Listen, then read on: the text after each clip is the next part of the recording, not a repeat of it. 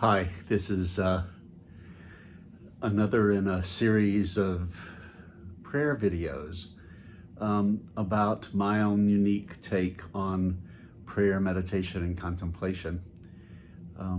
I integrate all of those into one prayer period of about an hour every morning.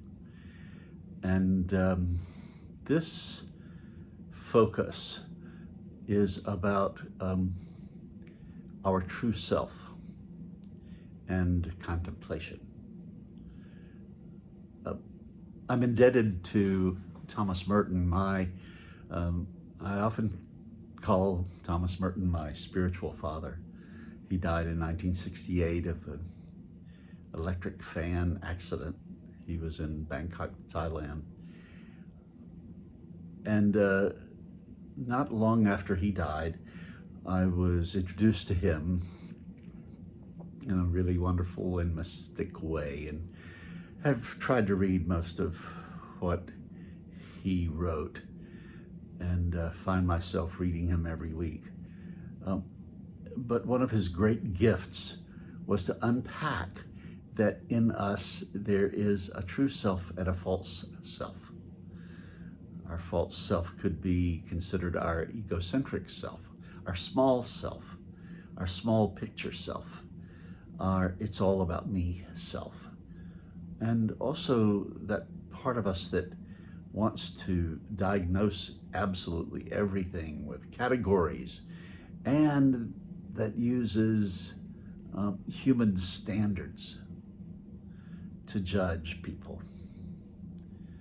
And in St. Paul's great letter to the Corinthians, in a great passage, 2 Corinthians 5 or 1 Corinthians 5, you'll have to find that, in calling us to be reconciled with God, and that's our true self. St. Paul says, and we have ceased to assess anybody, to judge anybody by human standards. Now, all of that is the realm of the false self. There is the realm of the true self, where God's divine light and love are alive in a very quiet, albeit powerful way. So, in the period of prayer that I enjoy and that I've described in these prayer videos, there's this descent from our chaotic, upset,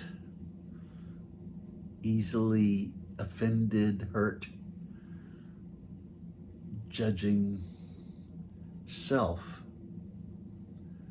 down to this true self, this loving self, this banquet self, grace-based self. So just to recap, the way it works is, you close your eyes, you're in a comfortable chair or whatever's comfortable for you. I always carry my prayer blanket, and I have it around me, and I just begin to descend. I know that I'm on my way when my lips relax. I've realized that I've had my lips pursed, the muscles around my lips, and then my face relaxes, and then all at the same time, contemporaneous with one another, with this beautiful synchrony, I begin to pray for people. I'll hear a truck going by, and I'll pray for that truck driver. I'll hear a jackhammer, and I'll pray for the operator of the jackhammer. I'll think about someone who's told me that they're hurting, and I'll pray for them. I'll think about my adversaries, and I start to pray for them. And then I've mentioned in other videos the boats that are passing by on the river. And I'm sitting contemplatively on the riverbanks, and I'll find myself getting on the boat, and then I'll catch myself. I'm all involved in a plan or a scheme or things I have to do, stress, and I'll say, oh, I'm on a boat. I need to get off the boat, get back to the bank, continue my journey from the surface of life down to quietness, toward stillness.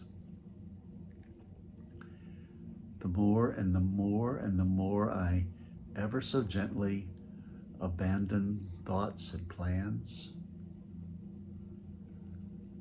1,000 opportunities to simply let go of thinking.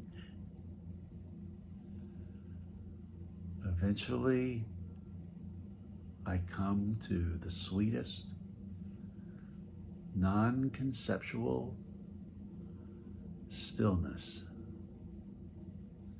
and simply dwell there. It's a special awareness without ideas and thoughts, but very alive. Now, sometimes I do fall asleep, but I'm talking about these times when there's just this awake awareness of life and love. So I am aware that sometimes I bring into that space, that beautiful space, some of my deep concerns. So that's why I'm reluctant to call this either prayer or meditation or contemplation or mindfulness. It works for me to come in and out of all of that. But what's central is that contemplative visitation of my true self, where God abides and I abide in God, and where love I experience as the organizing center of everything that is,